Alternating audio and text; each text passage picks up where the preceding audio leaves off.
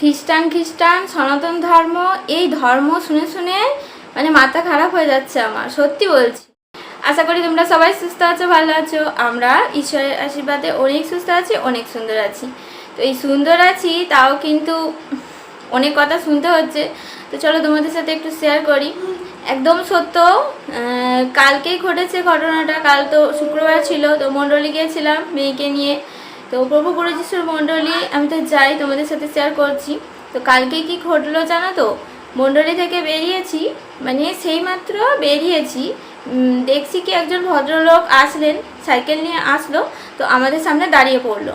তারপর দাঁড়িয়ে কি বলছে, বলছে যে খ্রিস্টান হয়েছো, খ্রিস্টান, আমরা সনাতন ধর্ম জানো না, এরকম বলছে। তো আমরা তো চুপচাপ, মানে আমাদেরকে এটা শুনতে হয়, শুনে শুনে আমাদের অভ্যাস হয়ে গেছে, প্র্যাকটিস হয়ে গেছে। আর মুখে মুখে আমরা কোনো উত্তর দিই না, আর উত্তর দেওয়াটা যে দরকার সেটা আমরা মনে করি না। কারণ আমরা শিখেছি কি কোনো উত্তর আমাদেরকে দেওয়া যাবে না, শুধুমাত্র বলতে পারি যে হ্যাঁ আমরা পরিত্রাণ পাচ্ছি, সেই জন্যই আমরা এসেছি এখানে। তো দেখো, এই যে আমি যে এত সুস্থ সুন্দর আছি, আমার মেয়ে যে এত ভালো আছে, সুন্দর আছে, তো ওই প্রভু গুরু যিশুর মণ্ডলীতে গিয়ে কিন্তু আমি সুস্থতা পেয়েছি, আমি পরিত্রাণ পাচ্ছি বা পরিত্রাণ পেয়েছি। যখন আমরা খুব খারাপ পরিস্থিতিতে ছিলাম, তখন মানুষ বলতো যে সত্যি তোমার কি কষ্ট লাগে দেখলে, তখন একটা বলতো। আবার এখন দেখো বলছি ভালো আছি, সুস্থ আছি, সুন্দর আছি, তাও বলছে যে কেন ওই ওখানে কেন যাবে, আমাদের তো ধর্ম সনাতন ধর্ম, কেন ওখানে যাবে কেন? মানে কোন দিকে যাব? মানুষ আমাদের ভালো চায় না আমাদের খারাপ চায়, মানে আমরা নিজেরাই অন্যের ভালো চাই না খারাপ চাই, সেটাই আমরা বুঝতে পারি না। তো উনি কি বলছে একবার তোমাদের সাথে শেয়ার করি। উনি বলছেন কি যে যে হাতে পায়ে পেরেক মারা হয়েছে তাকে নিয়ে চলছো। তো মানে শুনে অবাক লাগে যে উনি তো শুনতেই চান না যে কেন প্রভু গুরু যিশুর হাতে পায়ে পেরেক মারা হয়েছিল। হয়তো উনি জানলে এইসব কথা বলতেন না, কারণ সত্যি উনি হয়তো জানেন না, আমিও তো জানতাম না কারণটা কি, প্রভু গুরু যিশু আমার জন্য কি করেছেন।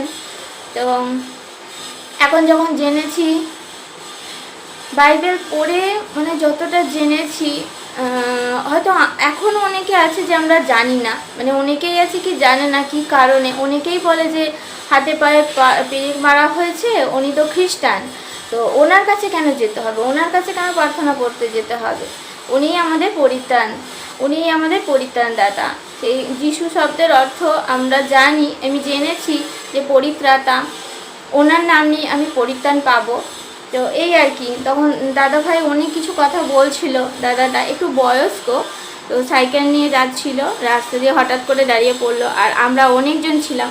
আমি শুধু ভাবি যে ওনারা মানে দেখতে চান না যে এতগুলো মানুষ কেন এই জায়গায় রোজ আসছে। নিশ্চয়ই কিছু আছে, নিশ্চয়ই কিছু এখানে সেরকম কিছু মহিমা ঈশ্বরের দেখে, সেজন্য এরা আসে রোজ।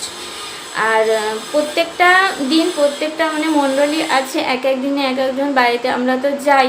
তো একবার যদি ওনারা যাচাই করে দেখতো যে কেন যায়, কি করতে আসে, কোনো টাকা পয়সা লাগে না তবুও কেন আসে, কী জন্য আসে, তাহলে হয়তো বুঝতে পারতো। যাই হোক, তর্ক বিতর্ক আমরা করি না। অনেক কিছু উনি জিজ্ঞাসা করলেন, আবার কি বলছিল, আমার পরিচালক ছিল তখন আমার সাথে, আরও অনেক দিদিরা ছিল।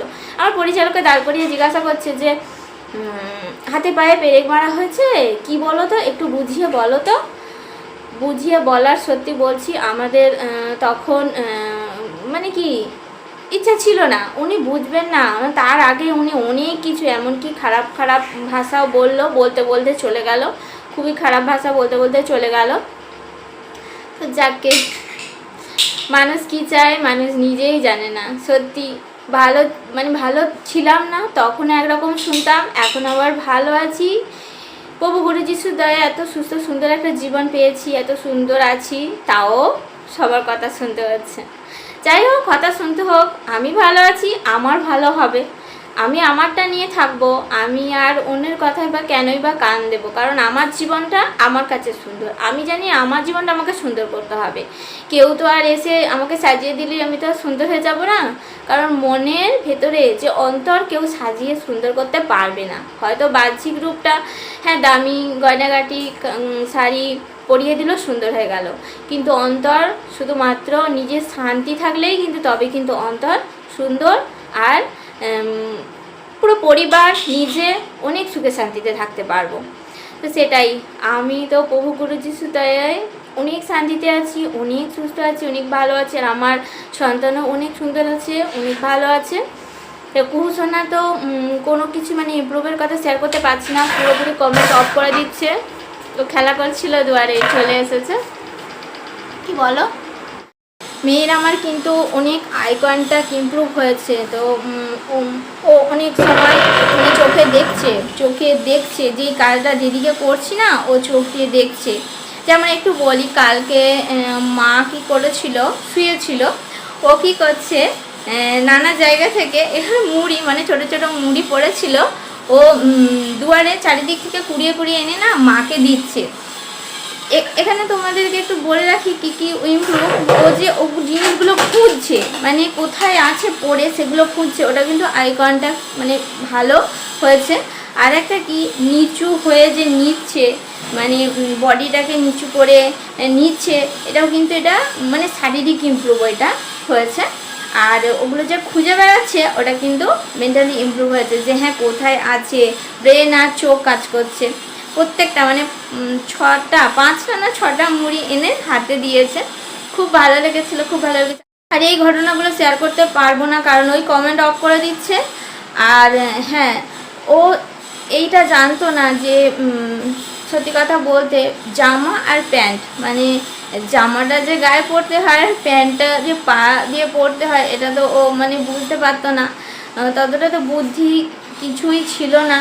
আর এখনও বলবো যে সম্পূর্ণ তা কিন্তু নয়, তবে এটা বলবো যে যখন বলি বাবু প্যান্টটা পরো, তখন আমি প্যান্টটা যা মানে নিয়ে বসলাম, ও আমাকে 2 হাত দিয়ে ধরলো, তারপর পাটা চাগায়, মানে পাটা চাগিয়ে তোলে। তো এটাই ইমপ্রুভ হয়েছে যে হ্যাঁ প্যান্ট আমাকে পা তুলে পরতে হবে।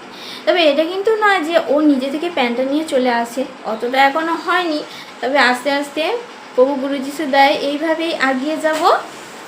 আর এত সুস্থ সুন্দর একটা জীবন দেওয়ার জন্য পরমেশ্বর পিতাকে করবো অসংখ্য অসংখ্য ধন্যবাদ, গুরু যিশুকেও করবো অসংখ্য অসংখ্য ধন্যবাদ। সত্যি প্রভুর দয়ায় আমি অনেক ভালো, অনেক সুস্থ আছি।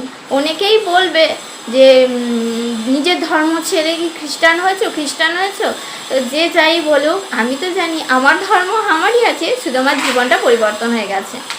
তো প্রভু গুরু যিশুর দয়া সবাই যেন পায়, সবাই যেন সুস্থ থাকে, ভালো থাকে, সব সন্তান সুস্থ থাকুক, ভালো থাকুক। তো চলো তোমরা সবাই সুস্থ থেকো, ভালো থেকো। কুহুসোনাকে আর ধরে রাখা যাচ্ছে না, ওকে এবার একটু নিয়ে বসতে হবে। বই নিয়ে বসবো, একটু বই দেখাবো, ছবি, নইলে একটু খেলনা নিয়ে খেলবে, যদি খেলে একটু বসবো। তো চলো, ভালো থেকো, সুস্থ থেকো, আর ভালো লাগলে অবশ্যই চ্যানেলটা সাবস্ক্রাইব করে আমার পাশে থেকো, আর লাইক কমেন্ট শেয়ার করতে ভুলো না। চলো সবাই ভালো থেকো।